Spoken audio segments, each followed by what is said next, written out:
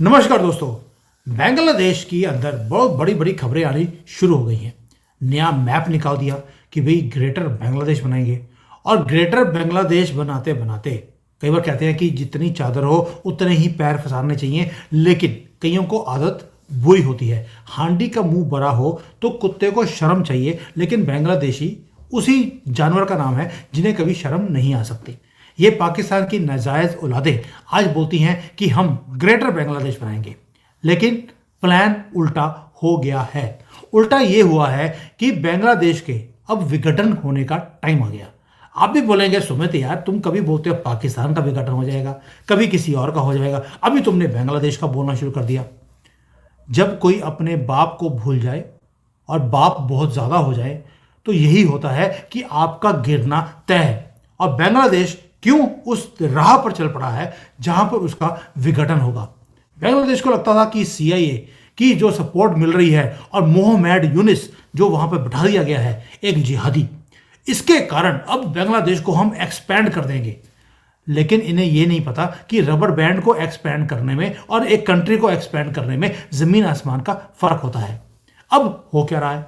हो यह रहा है कि भारत की एंट्री हो गई है, चाइना की भी एंट्री हो गई है इस सारे मामले में, पाकिस्तान की भी एंट्री हुई है, जिसके कारण मैं बोल रहा हूं कि बांग्लादेश का अब विघटन होकर रहेगा। ये मोदी है, मौन सिंह नहीं है कि पहले बोलेंगे मैं मैडम से पूछ के आता हूं जी कि क्या करना है। ऐसा नहीं है, ये मोदी है। बिना बोले वो घुस के मारेगा और ठोकेगा वहां पर जहां से हवा हर रोज निकलती रहेगी। और इसलिए पाकिस्तान ने भी बोल दिया कि हमारे यहां से गैस निकल गई है। एक्चुअल में गैस उनके शहबाज शरीफ के पिछवाड़े से निकली है, क्योंकि खाना ज़्यादा खा लिया था। अभी अभी वो जाकर आया है किसी और कंट्री में, एक मीटिंग थी D8 की, तो उसने बोला गैस निकल गई। वो खाना खाने से गैस निकली है, कंट्री से गैस नहीं निकली है पाकिस्तानियों। तो इसलिए इस सारे मुद्दे को अब बात करेंगे संजीव जी के साथ। ये उन्होंने पहले बोला था कि तुम यार एक तो ना ओपनिंग कमेंट बड़ा लंबा देते हो, मुझे नींद आ जाती है, तो मैं इसलिए आज छोटा कर दिया कि आज लंबा ओपनिंग कमेंट नहीं देना है। संजीव जी आपकी बात रखते हुए मैंने देखिए ओपनिंग कमेंट बिल्कुल छोटा किया है। जय सिया राम। जय श्री राम सुनील जी। सर सुनील जी। बांग्लादेश आपका हाँ जी। फेवरेट कंट्री, हाँ जी। क्या होगा इसका? आज जो बांग्लादेश की हालत है, मुझे उसको देख के बहुत दुख होता है सुनील जी। मतलब मैंने क्योंकि इस तरह की इस कंट्री को मैंने तरक्की करते हुए देखा है पिछले 15-20 साल से।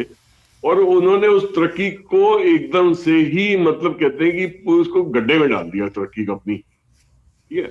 और जो जो तरक्की उन्होंने करी, जो उन्होंने इज्जत कमाई दुनिया के अंदर, जो जो धीरे धीरे करके बांग्लादेश एक वर्ल्ड लेवल पे, चाहे छोटी कंट्री होने के बावजूद भी अपने नाम बना रहा था, कमा रहा था, अपने लोगों की जिंदगियों में सुधार ला रहा था, वो उन्होंने खुद अपने पैर से कुल्हाड़ी, अपने पैर में कुल्हाड़ी बांधी या अपना पैर ही कुल्हाड़ी में मार दिया, कुछ ऐसा ही कुछ काम करा उन्होंने।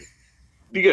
तो इसके पीछे बेसिकली देखिए, ये बांग्लादेश ना सबसे पहले इस जब नरेंद्र मोदी जी शेख हसीना जी को जब G20 में इन्होंने जो बाइडेन से मिलवाया, उनको दिखाया कि हाँ ये भी हमारे साथ मिलके खड़ी हैं, इनका भी उतना ही सम्मान कीजिए जितना हमारा सम्मान कर रहे हो। तो जो बाइडेन ने बांग्लादेश को उस टाइम, उससे कुछ टाइम बोला था कि हमें आपका एक पोर्ट चाहिए जहाँ पे अपना नेवल शिप अपना हमने डॉक करना है।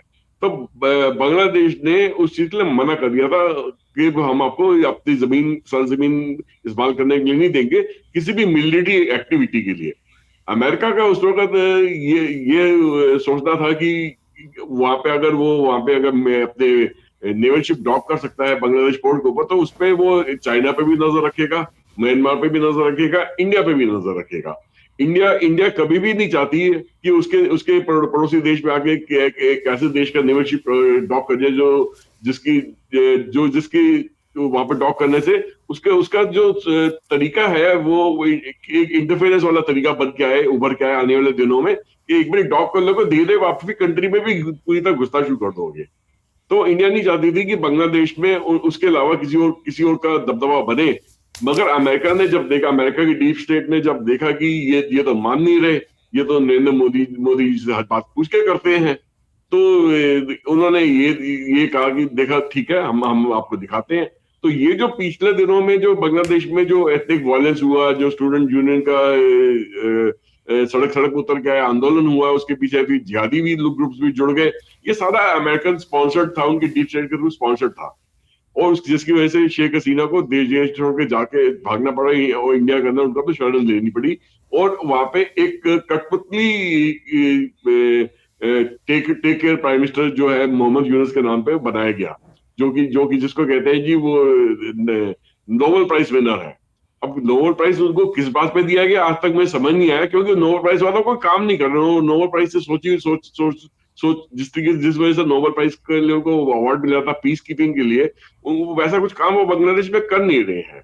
तो जितना भी इस वक्त एथनिक क्लेंजिंग करने की कोशिश करी जा रही है हिंदू हिंदू रिलीजन के लोगों की, या बुद्धिस्ट की, या क्रिश्चियंस की वहां पे बांग्लादेश में, उसमें लगभग लगभग मोटा मोटा 1500 लोग तो मर चुके हैं, और 3500 से ज्यादा लोग इस वक्त जो कि मिसिंग है। और बहुत सारे उनके मंदिर हैं, गिरजाघर हैं, और बुद्धिस्ट मॉनेस्ट्रीज हैं, वो उन्होंने तोड़ फोड़ दिए, जला दिए, लूट लिए, बहुत कुछ हुआ है वहां पे। तो अब जैसे जैसे माहौल वहां पे बांग्लादेश से बिगड़ता गया है, इंडिया ने कई बार उनको वार्निंग भी दे दी, और वहां पे जाके मीटिंग भी कर ली हाई हाई लेवल पे कि भी आप एक चीज हरकतें बंद करो, कि मतलब जो एथनिक क्लेंजिंग होती है, या जो जिस तरीके से हिंदुओं पे या सनातन धर्म के लोग पे अटैक्स हो रहे हैं, इस चीज को रोको आप। तो या औरतों के साथ बदतमीजी हो रही है, रेप्स हो रहे हैं, इन सब चीजों को रोको आप। बट उनका तो कहना है कि जी आप ही बोल रहे हो, यहाँ पे तो कुछ ऐसा हो नहीं रहा। तो वो उस चीज को मानने से भी इनकार कर रहे हैं। और पूरी दुनिया में उनकी तस्वीरें जा रही है, उनकी वीडियोस जा रही है, उनकी कंट्री में क्या कुछ बिगड़ा हुआ, माहौल बिगड़ा हुआ, बट बांग्लादेश खुद उस चीज को मानने के लिए तैयार नहीं है। शायद उनको यही ट्रेनिंग दी गई है डीप स्टेट्स के लिए, आप कुछ भी हो, आप उसे कोई भी आपसे सवाल जवाब करे, आप उस चीज को एक्सेप्ट ही ना करना। तो वो उसी ट्रेनिंग के हिसाब से चल रहे हैं। तो अब जैसे जब इंडिया ने देखा कि देखो जी ये अब चीजें बेकाबू हो रही है वहां पे, और जो बांग्लादेश में जो फॉल्ट लाइंस है, अब उसको एक्सप्लॉइट करने का टाइम आ गया है। कुछ वैसा ही हुआ पिछले दिनों में, जब जो अराकान आर्मी है, जो जिसका होल्ड म्यांमार में है, म्यांमार की कोस्ट लाइन पर है, उस एरिया में से जहां से उन्होंने रोहिंग्या मुस्लिम्स को खदेड़ के भगाया था वहां से, तो उन्होंने अराकान आर्मी ने बेसिकली जो चिटागोंग का एरिया, जो पर्पल कलर में इस मैप के अंदर दिखाया जा रहा है, आपका साउथ ईस्ट रीजन के अंदर चिटागोंग हिल ट्रैक्स कहते हैं इस एरिया को। यहाँ पे बेसिकली चकमा कम्युनिटी के लोग रहते हैं, और कई सारी इंडिजिनस ट्राइब्स और भी रहती है। अराकान आर्मी ने उनसे अपना संपर्क बनाया, और इंडिया ने पूरी पूरी सपोर्ट दी उनको, और यहाँ से उन्होंने एंट्री करी, और बांग्लादेश का काफी सारा एरिया वहां पे उन्होंने कब्जा कर लिया साउथ में, और धीरे आगे बढ़ते चले जा रहे हैं। और बांग्लादेश आर्मी उनका सामना नहीं कर पा रही है, वो भागती नजर आ रही है अराकान आर्मी के सामने। और तो अब वो बेसिकली आने वाले दिनों में हमें पूरी उम्मीद है कि चकमा ट्राइब्स जो है वहां के, जो और बाकी इंडिजिनस ट्राइब्स है, वो भी इनके साथ मिलके, अराकान आर्मी के साथ मिलके बांग्लादेश आर्मी को यहाँ से खदेड़ेंगे। तो ये पूरा पूरा अलग से एक देश बनता हुआ मुझे अलग से नजर आ रहा है आने वाले दिनों में। तो ये जो चकमा ट्राइब्स है, वो जो इंडियन इंडिजिनस ट्राइब्स वहां पे जो है, जो चिटागोंग हिल ट्रैक्स में है, वो बहुत पहले से अपने आप को अलग देश बनाने की बात कर रहे हैं। मगर क्योंकि अभी तक बांग्लादेश एक संगठित रूप से काम कर रहा था शेख हसीना के अंदर, तो एक माहौल बना हुआ था, चलो ठीक है, तरक्की हो रही कंट्री की, तो हमारी भी तरक्की साथ में धीरे धीरे हो जाएगी। मगर अब वहां पे माहौल पूरी तरह बिगड़ गया है, और ये एरिया पूरा अपने आप को अलग अलग कंट्री बनाने के मूड में है। इसके अलावा सर अगर एक, मुझे हाँ जी, मुझे लगता है कि एक तो अराकान है, जो म्यांमार से लोग दुखी होकर, रोहिंग्या जानवरों से दुखी होकर उन्होंने यहाँ पर, क्योंकि सारे रोहिंग्यास यहाँ पर आकर बस रहे थे, उन्हें भी सीधा करना था, इसलिए भी अराकान आर्मी आई।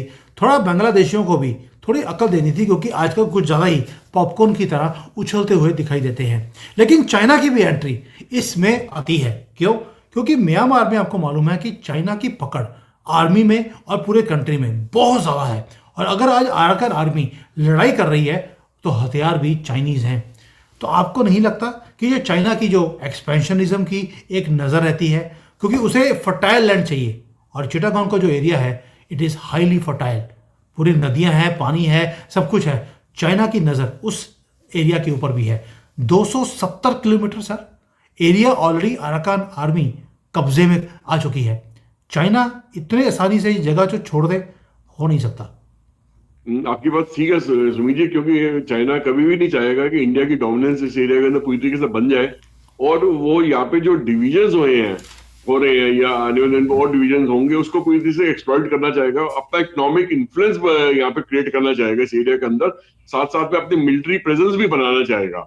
और यहाँ पे जो जो सेपरेटिस्ट जो जिहादी ग्रुप्स जो इस्लामिक ग्रुप्स जो वहां से बांग्लादेश से टूट के बनेंगे, और उनको अपनी तरफ जोड़ के इस एरिया के अंदर खलबली मचाने की वो भी पूरी कोशिश करेगा।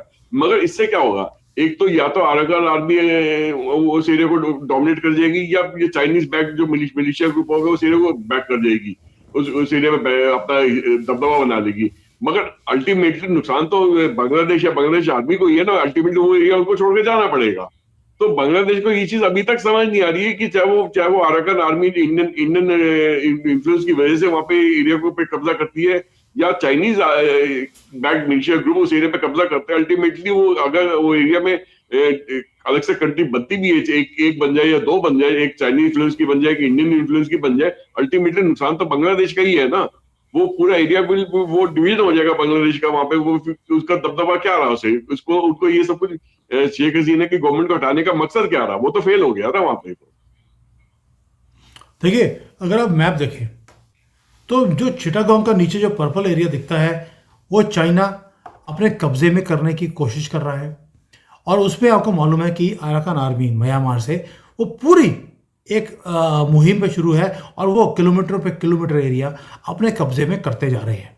अगर आप ऊपर नॉर्थ में देखेंगे, जो रेड से कलर का आपको एरिया दिखता है और उसके ऊपर ग्रीन एरिया है, उसके साथ में एक नदी जा रही है जो पूरे बांग्लादेश को डिवाइड करती है दो हिस्सों में। अब आवाज़ें उठनी शुरू हो गई हैं भारत में कि इस एरिया को हिंदू देश बनाया जाए। तो नदी जो है वो बांग्लादेश को इस हिंदू राष्ट्र से अलग कर देगी, और उसमें जो सारे हिंदू जो प्रताड़ित हैं बांग्लादेश के अंदर, उन सबको यहाँ पर बसाया जाए। अब ये यानी कि चाइना साउथ को देख रहा है, भारत नॉर्थ को देख रहा है, और अमेरिका उसकी नज़र इसके जो आइलैंड्स हैं उसके ऊपर है, जहाँ पर वो अपना एक बेस बनाना चाहता है। यानी कि तीन बहुत बड़ी पावर्स एक छोटे से कंट्री जो कि जिहादियों के हाथ में है उसके ऊपर नज़र लगा के बैठे हैं एक इल की तरह। आपको लगता है कि बांग्लादेश इस क्राइसिस में से मोहम्मद यूनिस के सर पर बैठकर बाहर निकल सकता है? मुझे नहीं उम्मीद नहीं कि मोहम्मद यूनुस इस क्राइसिस को हैंडल कर पाएंगे आने वाले दिनों में। जैसे इनकी इनकी आर्मी के अंदर भी अब क्रैक्स आने शुरू हो गए हैं, एक वर्टिकल स्प्लिट होने की पूरी पूरी उम्मीद है। एक जनरल हो सकता है कि वो इंडियन बैक ग्रुप को सपोर्ट दे, दूसरा जनरल हो सकता है कि वहां के चाइनीज बैक ग्रुप को सपोर्ट दे। और अमेरिका का आपने जैसे पता है कि साउथ साउथ कोस्टल एरिया में जहाँ पे आइलैंड्स है, वहां पे वो अपना डोमिनेंस चाहता है, वहां पे अपना कोस्ट गार्ड को सेटअप करना चाहता है। वहां पे भी कई सारे रेडिकल इस्लामिक ग्रुप हैं जो कि अपने अलग से कंट्री सेटअप करना चाहते हैं उस एरियाज में। तो हो सकता है कि वहां पे अलग से एक देश में अमेरिका की सपोर्ट से बन जाए, तो इस तरीके से भी उम्मीद है। तो जो आप अभी एक बार मैं चाहूंगा कि आप एक बार फिर से मैप दिखाएं थोड़ा सा, एक उसके बारे में। जैसे आप बता रहे थे कि रेड जो एरिया है और उसको जो ग्रीन एरिया, वहां पे हिंदू देश बनाने की बात हो रही है। तो जितने भी ऑरेंज एरिया है जो कि ढाका सेंट्रल रीजन लगता है, वहीं पर ही जो इस वक्त जो एग्जिस्टिंग जो गवर्नमेंट है वो सिर्फ इसी एरिया पे कंट्रोल में रह जाएगी। इसके अलावा वो इसके उसके बाहर के एरिया पे उनका टोटल कंट्रोल जो है वो ऑलमोस्ट जैसे खत्म हो जाएगा। जो जो राइट हैंड साइड में ऊपर जो ब्लू और ग्रीन एरिया देख रहे हैं, ये शायद हो सकता है कि ग्रेटर असम के अंदर भी मर्ज करने की उम्मीद करें, पूरा ना मर्ज हो जाए। कुछ एरियाज इसमें बफर जोन जैसे 50-60-100 किलोमीटर तक का एरिया इसमें असम, ग्रेटर असम में मर्ज हो जाएगा, जिसमें इंडिया को बहुत बड़ा बफर जोन बनाने की फायदा मिल जाएगा। तो जो रेड रेड एरिया है और जिसको डार्क ग्रीन एरिया, यहाँ पे हिंदू देश बनेगा, जिसकी वजह से जो हमारा चिकन नेक है जो कि सिर्फ 21-22 किलोमीटर का है, उसको उसको बढ़ाने में हमें मदद मिलेगी। हाँ, इस मैप में आप देख सकते हैं कि जो चिकन नेक में जैसे लेफ्ट हैंड साइड पे सिर्फ 22 किलोमीटर का एरिया दिखा रखा है, तो उसके नीचे ही है जो रेड और ग्रीन जोन था, वहां से वो टच करता हुआ नजर आता है बांग्लादेश का। वो एरिया अगर हिंदू देश बन जाता है, अलग से कंट्री बन जाता है, जो हिंदू डोमिनेटेड एरिया बन जाता है, तो हमें चिकन नेक पे जो कब्जा कभी होता हो, जैसे चाइना कभी आवाजें उठती है हाँ चाइना हो सकता है इंडिया को चिकन नेक से अलग कर दे नेपाल की मदद से, बांग्लादेश की मदद से मिलके, तो वो काम फिर आगे नहीं हो पाएगा। इंडिया अपने को पूरी तरह सेफ गार्ड कर लेगा उसमें।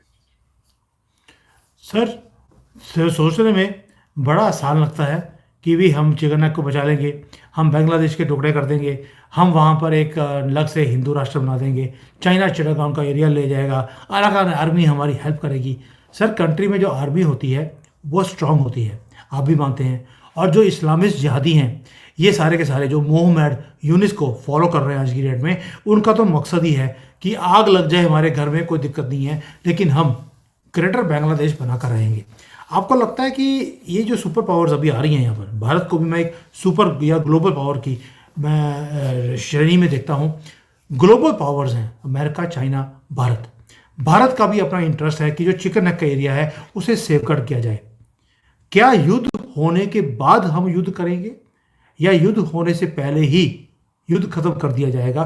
कौन सी स्ट्रेटेजी भारत अपनाने वाला है? इसराइल का मॉडल हमने देख लिया, वो हिजबुल्ला की वेट नहीं करता कि कब हिजबुल्ला अटैक करेगा। उन्होंने 3,000 जिहादी एक दिन में फोड़ दिए, आपको मालूम है, कभी पेजर और कभी वॉकी टॉकी। क्या भारत ऐसा स्टेप लेगा इन जिहादियों के खिलाफ? सुमित जी, जैसे भी जितनी भी पावर इस वक्त बांग्लादेश पे अपना अपना खेल खेलने की कोशिश कर रही है, अपने को डोमिनेट करने की कोशिश कर रही है, अपने को सेफ गार्ड करने के लिए या अपना दबदबा बनाने के लिए, इसका जो कॉन्सिक्वेंस है ना वो बड़ा खतरनाक होने की उम्मीद है। क्योंकि इससे क्या होगा कि कई सारे इस्लामिक इंसर्जेंसी ग्रुप्स वहां पे क्रिएट हो जाएंगे जो आपस में लड़ना शुरू कर देंगे, वायलेंस होगा, मारकाट होगा, इसमें बहुत सारे लोग मारे जाएंगे, उसमें हिंदू और बुद्धिस्ट भी नहीं बच पाएंगे, वो भी उसके उन चीजों का शिकार होंगे। इस्लामिस्ट लोग आपस में एक दूसरे को तो मारेंगे मारेंगे, मगर उसमें हिंदू और मुस्लिम्स का भी, हिंदू और बुद्धिस्ट का भी और क्रिश्चियंस का भी नुकसान होगा। एक बहुत बड़ी रिफ्यूजीज क्राइसिस क्रिएट होने की उम्मीद है, जिसमें इंडिया, म्यांमार और उसके भी आगे की कंट्री चाइना भी हो सकता है थोड़ा सा उसमें इफेक्ट हो जाए, जबकि चाइना अभी तक चाइना अपने बॉर्डर को बचाने में कामयाब रहा है। बट हो सकता है थाईलैंड तक रिफ्यूज पहुंच जाए और साउथ ईस्ट एशिया में दूसरी कंट्रीज में रिफ्यूज यहाँ से भाग के कोई पहुंच जाए। तो इससे क्या होगा कि एक बहुत बड़ी इंस्टेबिलिटी पैदा होगी साउथ ईस्ट एशिया में। ग्लोबल सुपर पावर अपने इस एरिया को, स्ट्रेटेजिक गेन्स को पाने के लिए इस एरिया को पूरी तरह एक्सप्लॉइट करेंगे। मगर इससे जो फ्रेगमेंटेशन होगा, जो रीशेप होगा पूरा एरिया, नई नई कंट्रीज उभर के आएंगी यहाँ से, उससे इस पूरे रीजन के अंदर एक डेवस्टेशन, ह्यूमैनिटेरियन क्राइसिस क्रिएट होगा और पॉलिटिकल कॉन्सिक्वेंसेज उसके जो निकल के आएंगे, वो किसको फेवर करेंगे किसको नहीं फेवर करेंगे ये तो वक्त ही बताएगा। बट अभी लगता है कि इंडिया अगर शांति से इस चीज को इसको हैंडल भी करना चाहे, सिर्फ दबाव से कि भैया ये दबाव में आगे टूट जाएंगे, इनको इनको बिजली मत दो, इनको खाने चावल मत दो खाने पीने के लिए, इनको इनके इनके इनके अंदर की जो फैक्ट्रीज हैं, जो गारमेंट फैक्ट्रीज थी, वो सारे गारमेंट के ऑर्डर इंडिया में निकल के आ गए हैं। जूट के ऑर्डर जो इंडियन मैन्युफैक्चरर्स को मिल गए हैं। इनके जो सॉफ्टवेयर डेवलपमेंट का जो था, जो वहां पे काम चल रहा था बहुत तेजी से, वो भी बहुत सारा काम इंडिया में शिफ्ट हो गया है। तो बेसिकली ओवरऑल क्राइसिस जो वहां पे इकोनॉमिक क्राइसिस है, उसके दबाव में ये शायद कुछ बात मान जाए, या वहां पे जो फूड क्राइसिस है उसके दबाव में कुछ बात मान जाए, कुछ इंडिया की आर्मी की दबाव में बात मान जाए, कुछ पॉलिटिकल दबाव में मान जाए, कुछ डिप्लोमेटिक दबाव में मान जाए। मगर जो दूसरे देश है जैसे यूएसए है या चाइना है, ये शांति से काम निपटने नहीं देंगे। ये तो जिस भी जगह पे एंटर करते हैं वहां पे विध्वंस होता ही होता है, और इंडिया की मजबूरी बन जाएगी कि उस विध्वंस में अपनी जगह बनाने के लिए ये भी उसी तरीके से बिहेव करे, शायद कंट्रोल तरीके से बिहेव करे, मगर इंडिया को भी शायद किसी थोड़ा बहुत अपने आर्मी का सहारा लेके ही इस चीज को कंट्रोल में करने की जरूरत पड़ेगी आने वाले दिनों।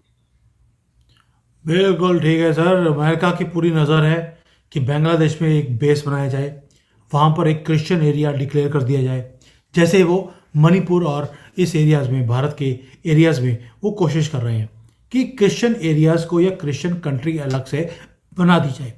और किसी की नज़र जैसे चाइना है, बांग्लादेश की ज़मीन के ऊपर है, उन्हें खेती वाली ज़मीन चाहिए क्योंकि चाइना में फूड की कमी है। भारत है, भारत को जो हिंदू वहाँ पर जो इतने दुख वाले ज़िंदगी जी रहे हैं, उनको अलग से कंट्री मिल जाएगा, वो सुख चैन से रहेंगे, उनको अपनी जान माल की रक्षा करने की ज़रूरत नहीं पड़ेगी। और हमें अपना चिकन नेक भी बचाना है चाइना से और बांग्लादेशी जिहादियों से, ताकि जो उनका सपना है ग्रेटर बांग्लादेश का, वो शुरू होने से पहले ही हम खत्म कर दें। अब देखते हैं कि एक बात और जोड़ना चाहता हूँ सुमित जी, आप एक बात और जानता हूँ कि देखिए आने वाले दिनों में बांग्लादेश में सिविल वॉर को अब कोई रोक नहीं सकता। ये 2-3 गुट आपस में मिलकर लड़ेंगे वहां पे, और सिविल वॉर को बांग्लादेश में कोई रोक नहीं सकता। और उसको मोहम्मद यूनस जो उनके जो एक्टिंग प्राइम मिनिस्टर हैं या प्रेसिडेंट, जो भी उपाधि दे दो उनको, वो इस चीज को कंट्रोल नहीं कर पाएंगे, चाहे वो दुनिया की कौन सी भी ताकत यहाँ पे शामिल कर ले यहाँ पे कंट्रोल पाने के लिए। वो अब इस चीज को रोक नहीं पाएंगे, क्योंकि ये चीज बहुत तेजी से वहां पे बदलाव आ रहे हैं। रोज दिन वहां पे नई खबरें आती हैं कि अंदर अंदर गड़बड़ी शुरू हो गई है। अब ये गड़बड़ी बढ़ती चली जाएगी, यहाँ से घटने का नाम नहीं लेगी यहाँ पे। सर बिल्कुल, मुझे लगता है कि एक तो आपकी वैदिक एस्ट्रोलॉजी वैसे ही इतनी ज़बरदस्त है, और ऊपर से आपको मालूम है कि जो शेख हसीना है वो भी चूड़ियां डालकर नहीं बैठी है, उसकी भी फैन फॉलोइंग बांग्लादेश के अंदर बहुत ज़्यादा है। अगर मोहम्मद यूनिस को ये लगता है कि वो पूरे कंट्री को अकेला ही खा जाएगा, तो शेख हसीना इतनी आसानी से खाने भी नहीं देगी। शेख हसीना के साथ भारत भी खड़ा है। तो सर अब देखते हैं कि बांग्लादेश के जो विघटन है वो 25 में होगा कि 26 में होगा, या 24 में ही काम कर दिया जाएगा मोदी जी की तरफ से। मैं चाहता हूं जितना शीघ्र हो उतना अच्छा है, कई लोगों की जिंदगियां बचनी शुरू हो जाएंगी। बट हम ये काम मोदी जी के ऊपर, डोवाल जी के ऊपर भूलना नहीं, ये नाम बड़ा इंपॉर्टेंट है, और हमारी सिक्योरिटी फोर्सेस के ऊपर छोड़ देते हैं। बाकी वक्त बताएगा कि आगे जाकर क्या होगा। थैंक यू सर, जय हिंद। जय हिंद, जय भारत।